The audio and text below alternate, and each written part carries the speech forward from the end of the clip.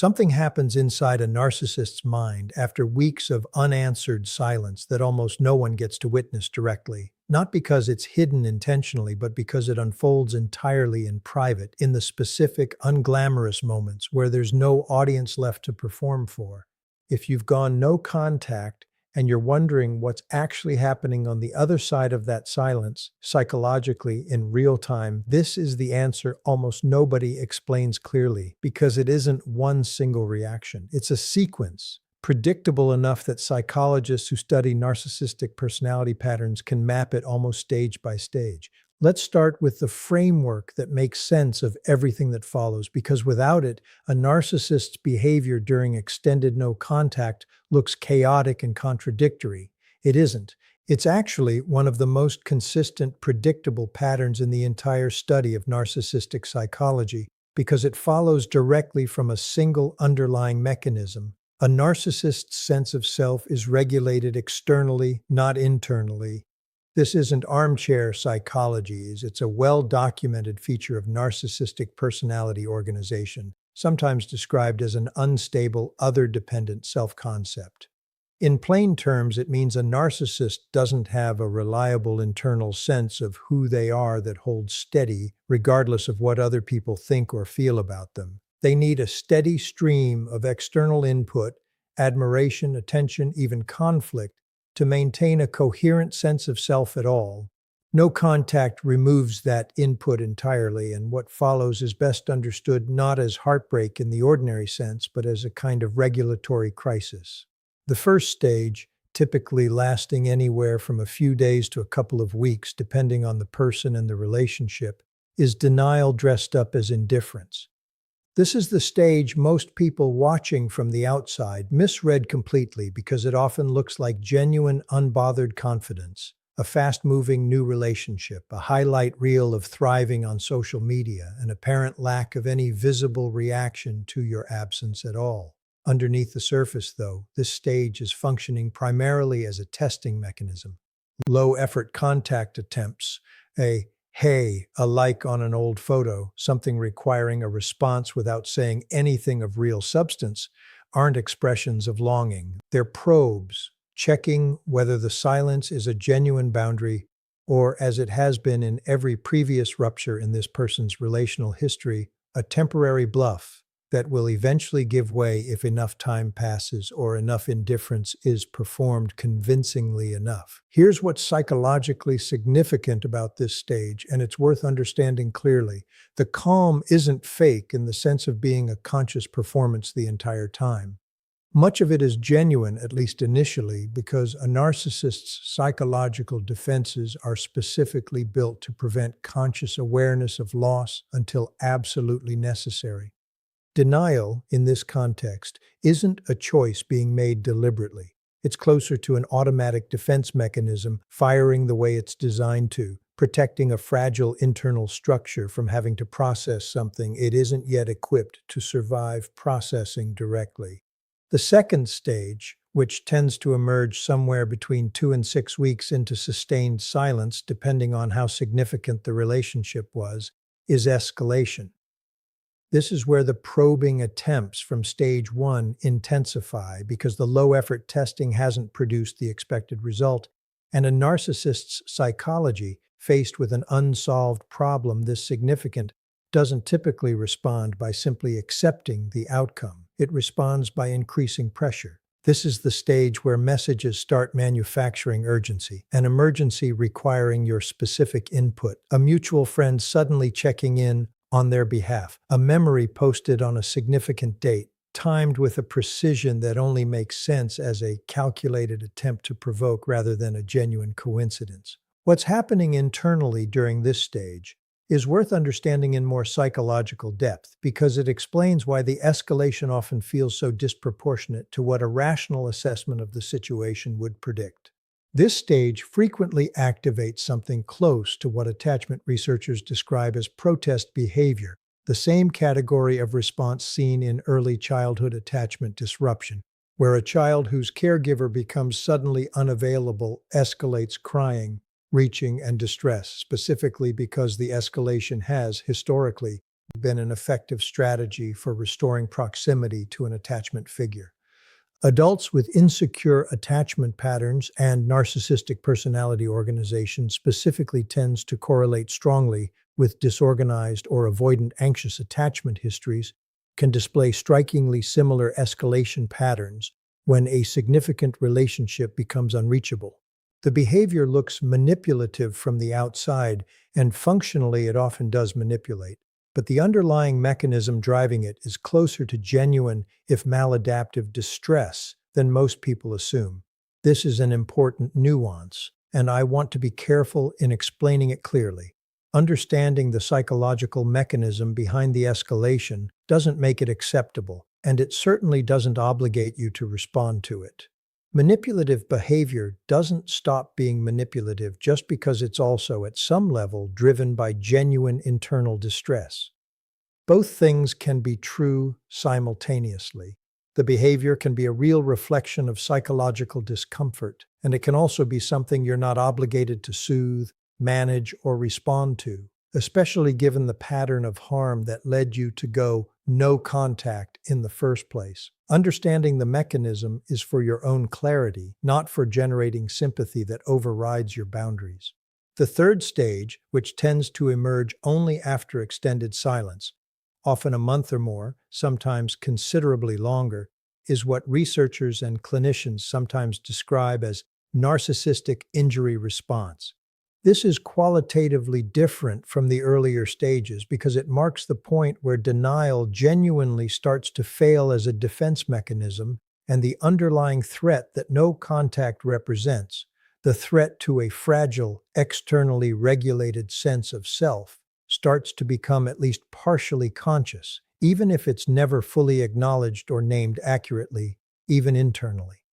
Narcissistic injury describes the psychological experience of a direct hit to a person's grandiose self-image, and it's associated with some of the most intense, often disproportionate emotional and behavioral reactions documented in narcissistic personality research, including rage, contempt, and a kind of desperate devaluation aimed at restoring a sense of superiority the silence has directly threatened. This is frequently the stage where you'll hear about a narcissist suddenly aggressively badmouthing you to mutual friends, constructing an increasingly elaborate narrative in which you were the unstable one, the cruel one, the one who couldn't handle what they had to offer.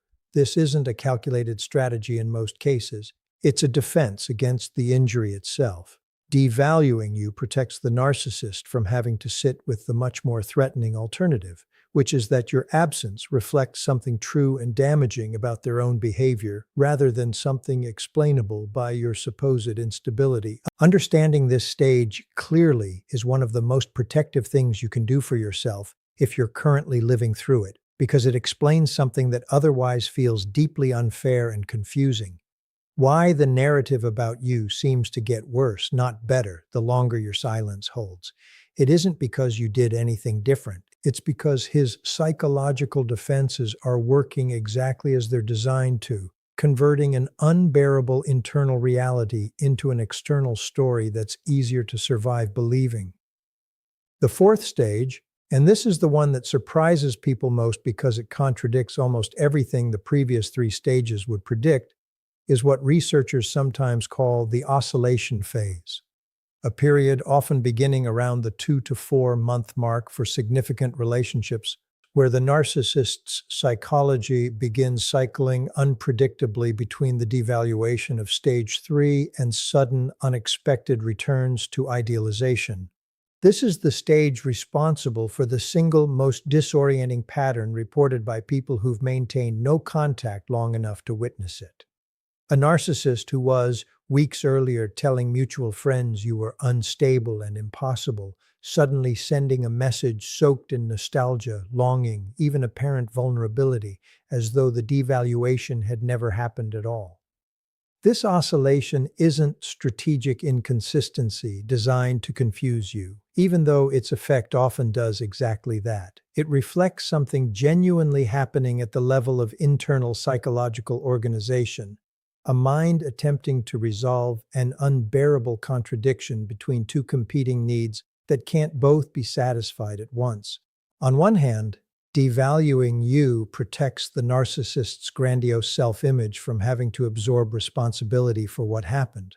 On the other hand, devaluation doesn't actually restore what's been lost, the specific regulatory function you were providing, which means the underlying need for reconnection persists even while the devaluation narrative is actively running. Neither state fully resolves the crisis, so the psychology cycles between them, sometimes rapidly, driven less by conscious calculation than by which defense mechanism happens to be more accessible on a given day, in a given mood, after a given trigger most outside observers would never be able to identify. This is a genuinely important stage to understand if you're currently in extended no contact, because it's the stage most likely to test your resolve in ways the earlier stages didn't.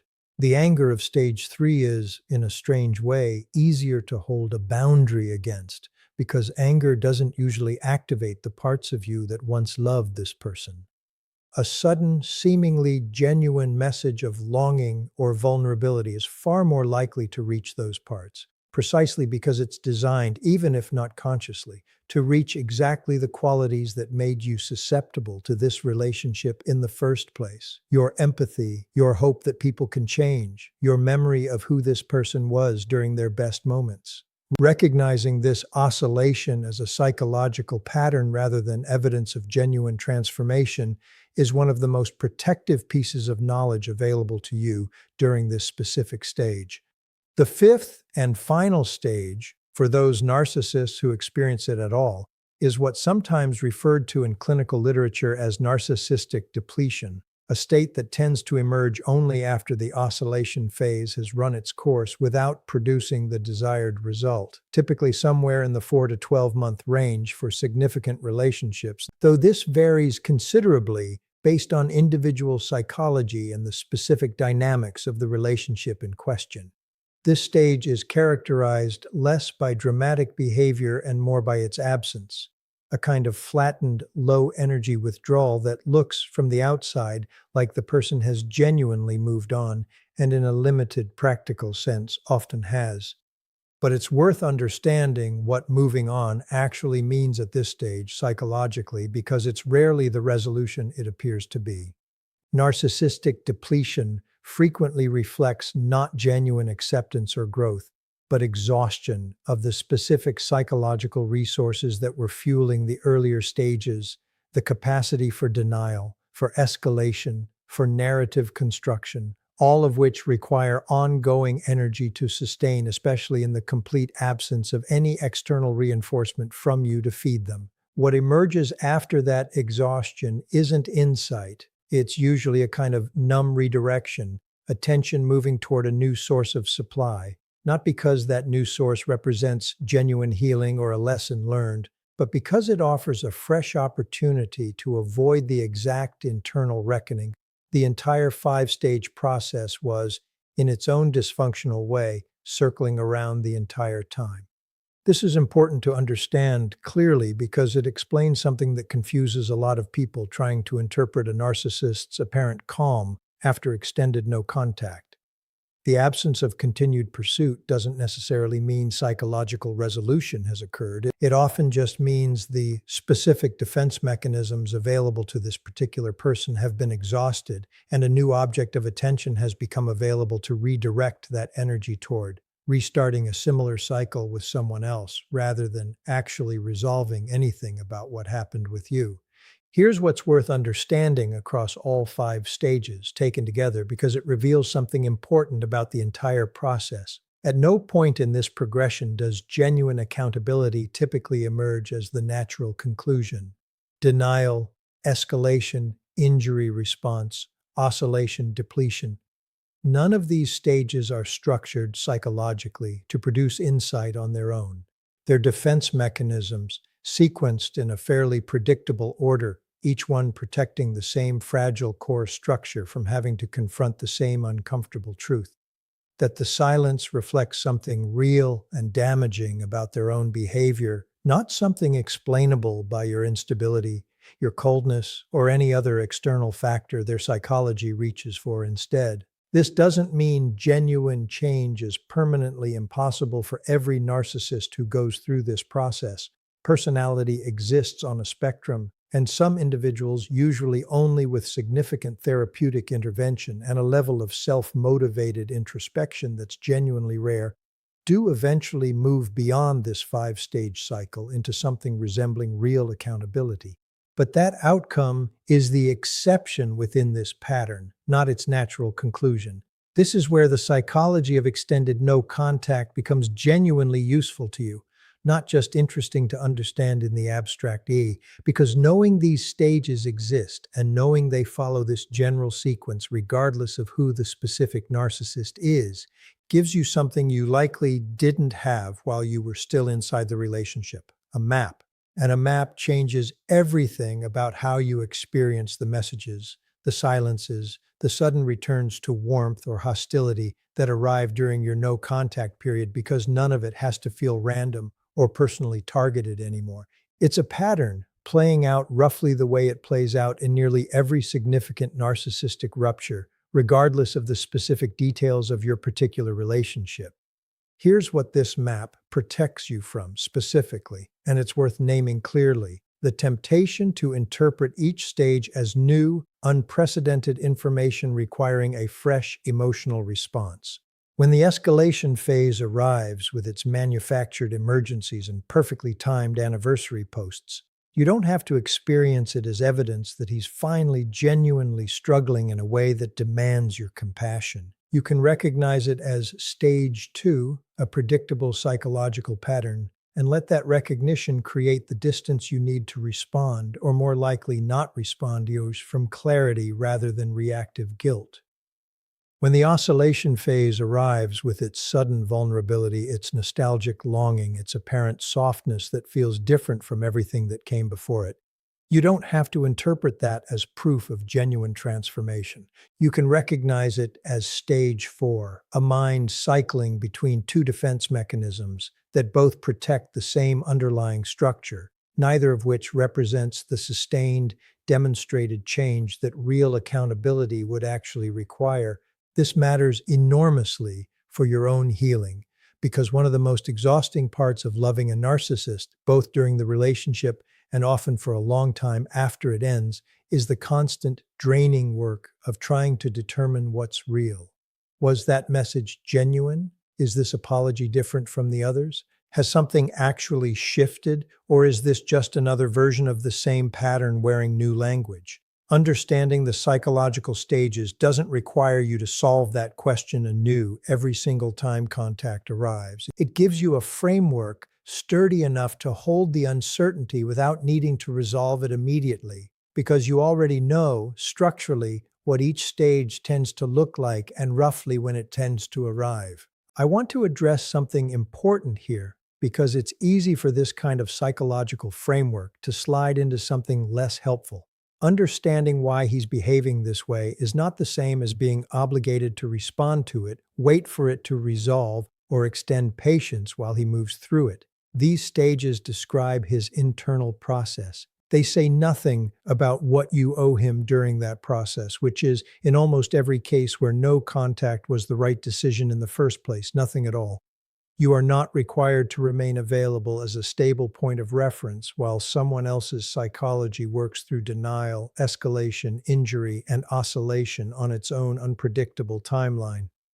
Your no contact doesn't need to accommodate his stages. It exists and remains valid regardless of which stage he happens to be moving through on any given week. There's one more thing worth understanding clearly about this entire five-stage process, and it might be the most important piece for your own peace.